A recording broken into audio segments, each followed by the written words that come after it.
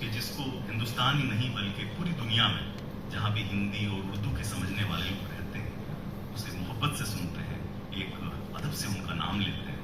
वो आदमी वो है जो अपनी शायरी में पत्थर, नींद, मिट्टी, पूजागर, मोहब्बत सबको एक ऐसे जादू की तरह बांधता है कि यूं लगने लगता है कि जो यूनिवर्सल वाइब्रेशंस हैं वो सारी की सारी उस शायरी में आ चुकी है। और वो जब हम शायरी सुनते हैं तो लगता है कि हम किसी एक बड़ी शक्ति से हमारा जो है मिलन हो रहा है, वो हमें एक अलग दुनिया में ले जाता है। और आज अगर आप फेसबुक या इंस्टाग्राम में कभी वो नाम डालेंगे तो आप देखेंगे 9 मिलियन 10 मिलियन लोग उसको सुन रहे हैं। तो अगर कोई शायर अपनी शायरी से पुरानी जनरेशन को और नए बच्चों को एक साथ मुतासिर कर सकता है तो वो एक ही शायर है, उसका नाम है मदन मोहन दानिश। और मैं उनसे गुजारिश करता हूँ कि वो यहाँ आए।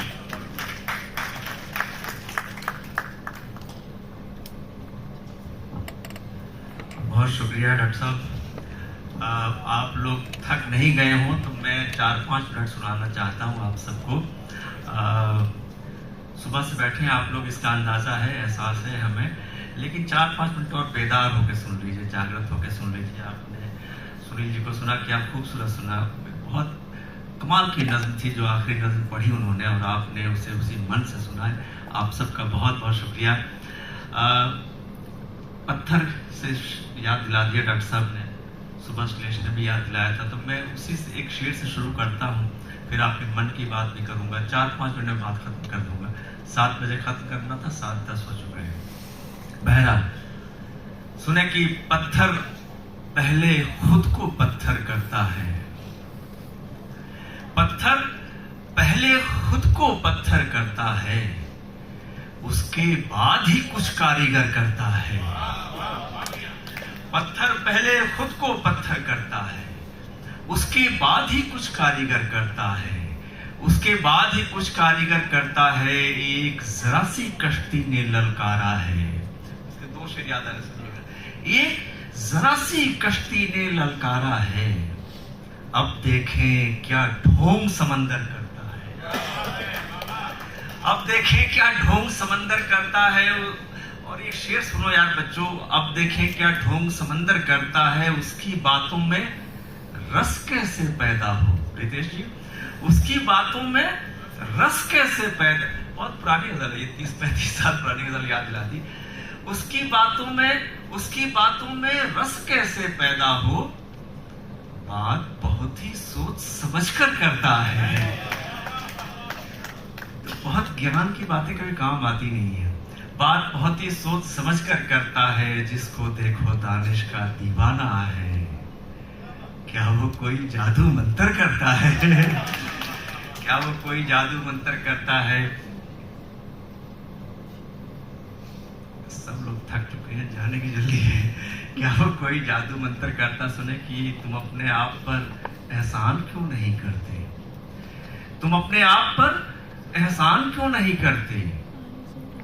ये देखो ऐसा शेर पढ़ रहा हूं ना जो हमारे पुरखों ने सदियों पहले से कहना शुरू कर दिया था, लेकिन आज भी आप उसको जीना नहीं चाहते।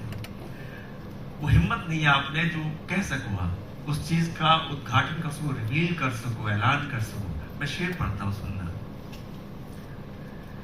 तुम अपने आप पर एहसान क्यों नहीं करते, किया है इश्क तो ऐलान क्यों नहीं करते, किया है इश्क तो ऐलान। मीरा ने गाया, हमारी पुरखी, हमारी बहुत बड़ी मार्गदर्शिका हमारी, कि मेरो तो गिरधर गोपाल दूसरों न कोई।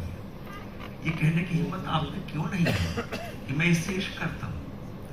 आप छुपाते रहते हैं, इसलिए कहीं ना कहीं कुछ ब्रांचेज और दूसरी भी हैं जो दूसरी तरफ भी जा रही है।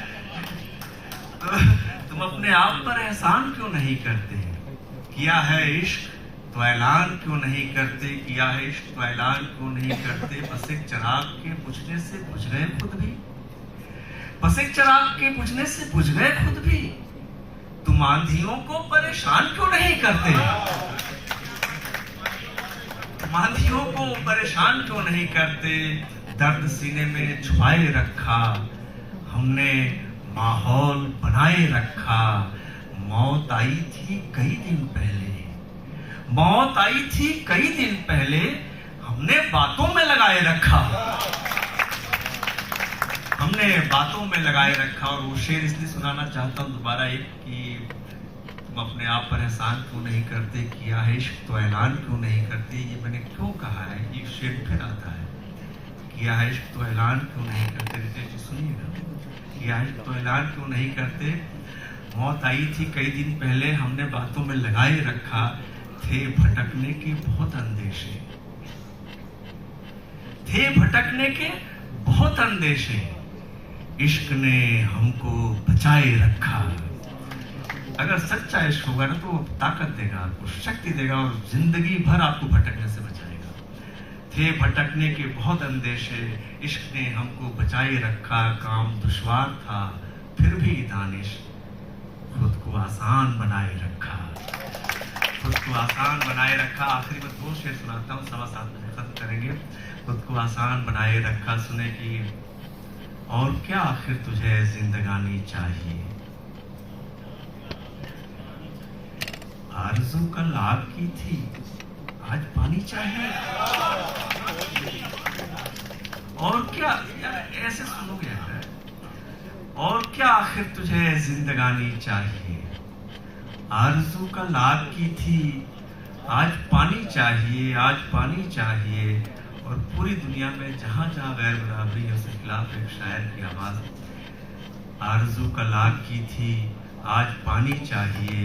ये कहाँ की रीत है, जागे कोई सोए कोई। ये कहाँ की रीत है, ये कहाँ की रीत है, जागे कोई सोए कोई। रात सबकी है तो सबको नींद आनी चाहिए।